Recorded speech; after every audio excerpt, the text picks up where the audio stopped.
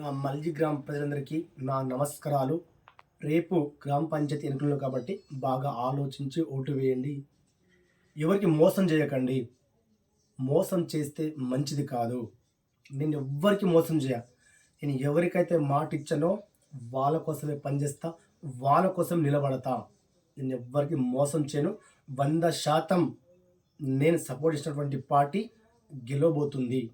నేను సపోర్ట్ చేస్తున్నటువంటి అభ్యర్థి మంచి మెడల్ గెలవబోతున్నాడు. ఎవ్వరికి మోసం చేయకండి. నేను బ్యాట్కి సపోర్ట్ చేస్తున్నా కాబట్టి 100% నా మల్జీ గ్రామంలో బ్యాట్ గెలవబోతుంది. మీరు రాసి పెట్టుకోండి. 100% మా ఊర్లో బ్యాట్ గెలవబోతుంది. ఎలాంటి సందేహం లేదు. మీరైతే ఏ పార్టీల అభ్యర్థి సపోర్ట్ చేస్తారో వాళ్ళని మోసం చేయకండి. మోసం చేస్తే చాలా పెద్ద తప్పు.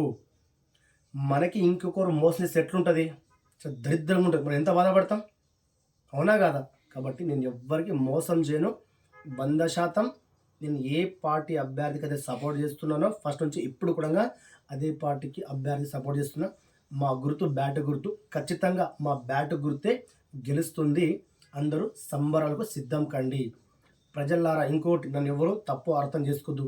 అటు పోయిండు ఇటు పోయిండు కాదు. నేను 100% ఫస్ట్ నుంచి ఏ పార్టీకున్నా ఇప్పుడు అదే అభ్యర్థి సపోర్ట్ చేస్తున్నా. మా గుర్తు బ్యాట్ గుర్తు. బ్యాట్ గుర్తే మంచి బ్యాట్తో గెలుస్తుంది.